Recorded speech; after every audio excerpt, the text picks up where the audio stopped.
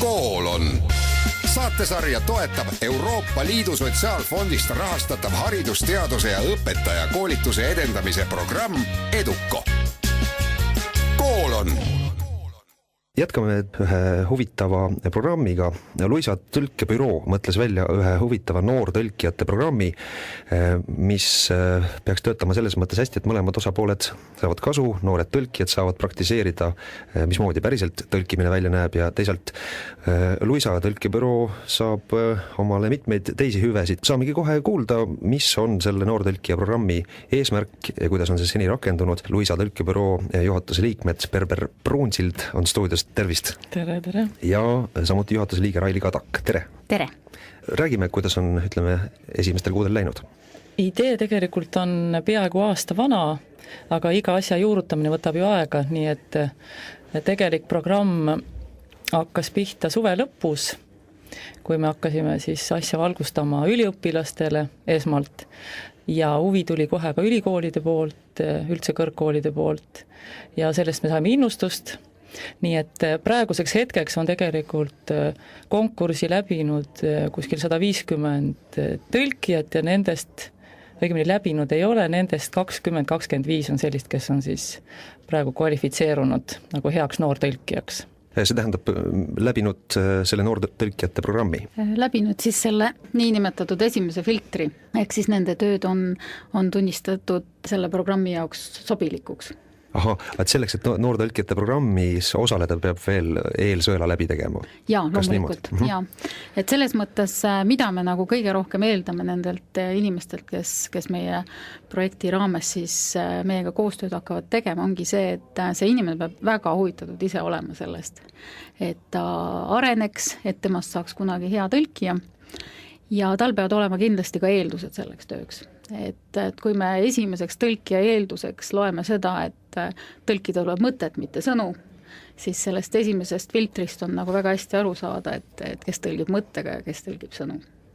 Mida te siis selle eelfiltriga hindate, et kas temast üldse saab tõlkija või mitte, et kas see on juba selles mõttes indikaator noorele? Jah, pigem ongi see, mida me hindame, see potentsiaal, et kas inimeses on seda miskit, mis teeb temast kunagi hea tõlkija või siis mitte. Ja siin on ka lugu selles, et tegelikult iga huviline, kes on tõeline keelehuviline, saab teha proovitööd temale sobivas valdkonnas ja mitte saab, vaid peabki tegema. Et ta ei pea absoluutselt olema väga laia profiiliga, vaid ta peab kindlalt valdama või olema palju eeldusi selleks, et kunagi vallata ühte kindlat teemat ja ühte kindlat suunda. Võib ka mitu keele suunda, aga reeglina on ikkagi see, et sa kontsentreerid oma tähelepanu ühele suunale ja ühele teemale või ühele sellisele teemavaldkonnale. Millised ülikoolid on huvi avaldanud seni? No kõige suurem koostöö on meil ikka ülikooli linnas ikkagi Tartus ja Tartu tudengitega ja tegelikult üks väga suur tõuge selle projekti alustamiseks oligi see, et me oleme siin paar aastat järjest käinud ülikooli magistrantidele filoloogia alal loenguid pidamas üldse tõlkebüroost kui sellisest ja kuidas töö tõlkebüroos käib ja siis need silmad, mis sealt saalist vastu vaatavad, on suhteliselt sellised üllatunud, et kuidas asi nagu tegelikult välja näeb, et on suur vahe sellest, kas tõlkida vaikselt kodus kontrolltööks üks mingi pressiteade teise keelde või siis milline on see tõlkebüroo argipäev, et need on kaks väga erinevat asja, et just koolitadagi neid noori inimesi nagu selles kontekstis, et kuidas need asjad nagu päriselt välja näevad. See töö, mis nad siis tegema hakkavad, on ka ikkagi päris töö, aga vast kõige tõsisemaid tekste, usun näiteks notariaalselt kinnitamist vajavad tekste nendele noortele tõlkida ei anna või? Ei, seda kindlasti mitte, nad ei saagi esiteks kinnitada, kui nad pole kõrghariduse paberitega. Et nad saavad ikkagi teha vaid selliseid asju, milles nemad on väga perfektsed, milles nemad on teinud väga hea proovitöö. Meie toimetajad ja tõlkijad on selle üle vaadanud, on selle heaks kiitnud ja ainult nendel teemadel. Loomulikult see ei puuduta rasket juriidikat või mis iganes meditsiiniteemasid või väga rasket tehnikat, et seal on väga kindlad alad, mida nad valdavad. Ja samas teisalt on väga palju selliseid kliente, keda need teemad huvitavad, aga see teema jällegi on selle kliendi jaoks kas nii lihtne, et ta proovib seda kas ise teha või on tal keegi tuttav või tuttav üliõpilane, kes siis proovib seda tõlkida ja lõppkokkuvõttes ta võibki saada täitsa hea tulemuse, aga siiski toimetamata asja, nii et meie käest saab tegelikult klient selle noortõlkija poolt tehtud töö, meie toimetajate poolt toimetatud teksti, ehk et meilt läheb välja nagu tavatöö. Lihtsalt, et selle on teinud noor tõlkija, ta on saanud selle eest natuke vähem raha, kuna ta saab koolitust ja klient ei pea seetõttu nii palju maksma. Aga te annate kliendile ikkagi teada, et see on nüüd noortõlkija tehtud, mitte nüüd päris professionaalide ja vist isegi annate valida, et kas soovite kasutada noortõlkijat või mitte? Seda ei saa niimoodi soovitada, sest loomulikult kõik tahaks siis noortõlkija odavat teenust osta, et noortõlkija tõlget saab ikkagi pakkuda ainult teatud valdkondades. Ja loomulikult seda me kliendile ütleme ja see on isegi arve peal vastavalt on kohe selline rida olemas, et see on junior teenus. Natukene sellise sotsiaalse alatooniga ka, et nad saavad kaasa aidata siis nende noorte arengule omalt poolt. Mis programmi eesmärgid nüüd edasi on, et tegite algust, ligi aasta aega olete seda programmi käivitanud, et ega nüüd 2012 lõpus nagu joont alla ei tõmba, vaid üritate suuremaks kasvada või mismoodi? Nüüd alles asi algab.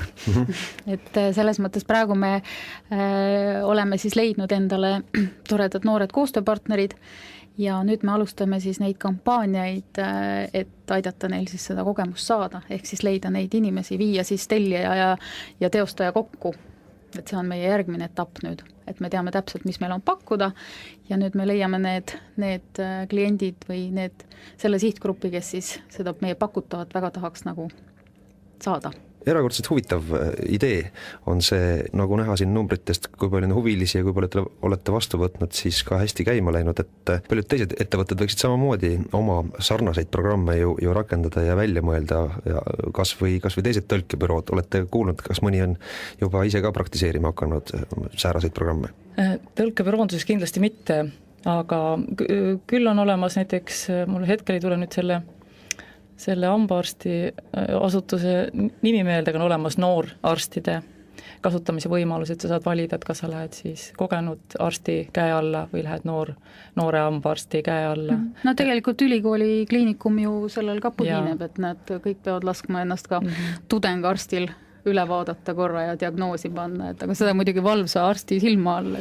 Ja siis on noorarhitektid, noorjuristid. Muidugi kuivõrd see nii laiapõhjaline on, seda nüüd ei oska öelda, et meie eesmärk ongi just see, et see noor, ta läbib samal ajal ka praktika, ta saab seda kasutada, see on konkreetselt nagu õppetöö osa tal ka, et see ei ole lihtsalt pelgalt selline tema enda lihtsalt ärihuvi, vaid ta seob selle oma õppetööga ja ta saab esitada ka praktikatõendi, kui ta on selle praktika läbinud, milleks on siis keskmiselt 500 lehekülge tõlketööd. See on päris hea maht. Milliseks hindate praegu Eesti ülikoolides keeleõppe noorte kvaliteeti, et kui ikka noor tuleb, oskab ta juba iseseisvalt hakkama saada ja seda päris tööd teha või asi on ikka päris kaugel? No üldiselt on ikka niimoodi, et need inimesed, kes on selle eriala endale valinud, nad on teinud seda ikkagi teatud mõttega, et nendest 150-st, nüüd iga päev tuleb uusi inimesi muidugi juurde, et nendest 150-st võiks öelda, et alla 10% oli neid, kelles me ei näinud üldse mingit potentsiaali. Et see on ikkagi väga hea tulemus meie jaoks. Mõnel ei olegi midagi teha, ta lihtsalt peaks tegema midagi muud. Tal ei sobi lihtsalt tõlkimine. Et ta võib näiteks olla vabalt hea tõlk, suuline, täiesti vabalt.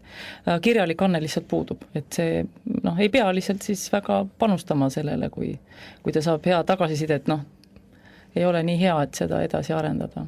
No rääkige, mis erinevus siis on, ütleme, suulise kõne või kirjutamise ja siis päris teksti tõlkimise puhul? Mis selle kvaliteedi teeb? Mina olen ise kunagi olnud mõlemat, nii suulist kui teinud kui kirjalikku. See olenebki täiesti persoonist ja näiteks minule väga meeldisid ainult ametlikud tekstid ja jutustavate tekstidega absoluutselt ei saanud hakkama. Kuigi tegelikult ma omast arust olen hästi just loominguline inimene.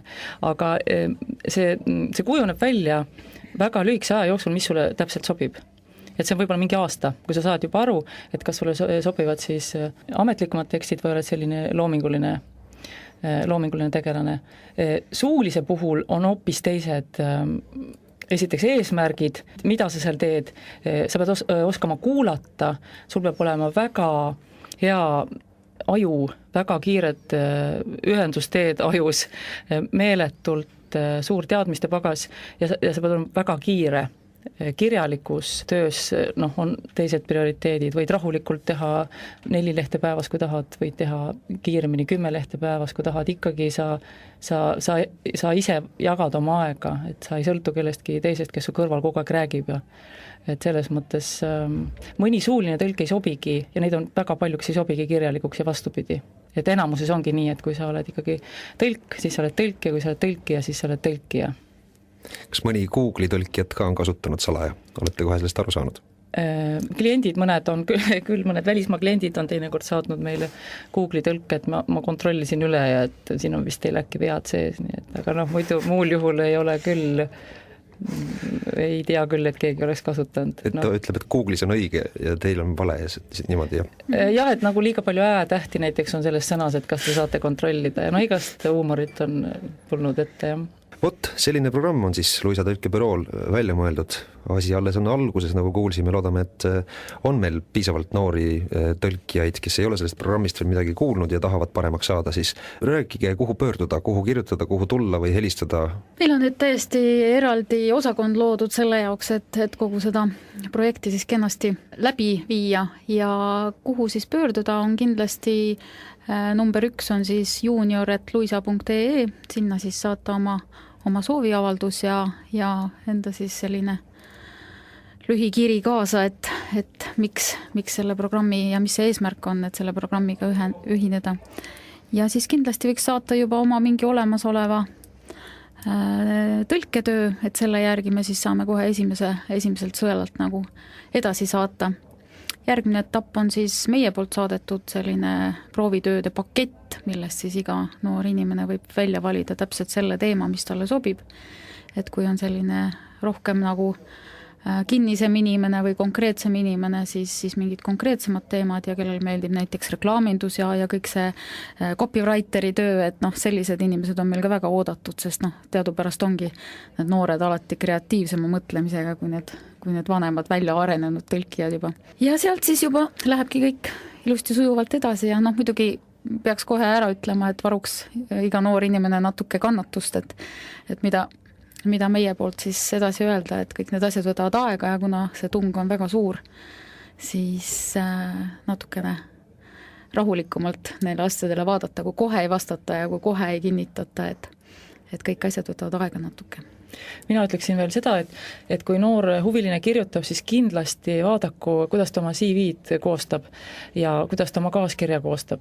Et selle järgi on juba tegelikult esimene pilk näha, kes on korrektne, kellel on hea lausustus ja kes võiks sobida. See on meeletult hea visiitkaart, see esmapilk. Teine asi on see, et ei ole mõte, et teha selliseid proovitöid endal juba enne ära, nagu on näiteks ilukirjandus ja mingid raamatute tõlked näiteks, ei pruugi isegi ilukirjandus olla, et sellega tegelikult meie ei tegele. Et need valdkonnad, mis on ka üliõpilaste seas nüüd levima hakanud peale meie külaskäike kõrgkoolidesse, et tõlkebüroo ei tegele raamatute kirjutamisega ja ilukirjanduse tõlkimisega ja filmide tõlkimisega ja sellise asjaga, millega inimene justkui nagu igapäevaselt kokku puutub. Et tõlkebürood tegelevad hoopis teistsuguste asjadega, kuigi sa näed seda igal pool, kui sa ümbertringi vaatad poes, näed etikette, toodete kasutusjuhendeid, seadused, mis iganes, meditsiinitõlked, et sa ei pruugi ka aru saada, et see on tõlkebüroo töö, aga vot see on hoopis meie töö. Et kõige selline tavalisem tõlge, millega sa kokku puutud nagu raamatud ja telekas, et see ei ole tõlkebüroo valdkond. Selleks, et kirjutada kiri junior@luisa.ee, kas siis peab tingimata õppima miskit keelt ülikoolis või mõni, kes tunneb ennast üsna koduselt võõrkeeles, võiks ka sellest programmist osa võtta? Kindlasti. Tõlkebüroos on sellised tööd, et ütleme päris filoloogi paberitega tegijaid on kuskil pool.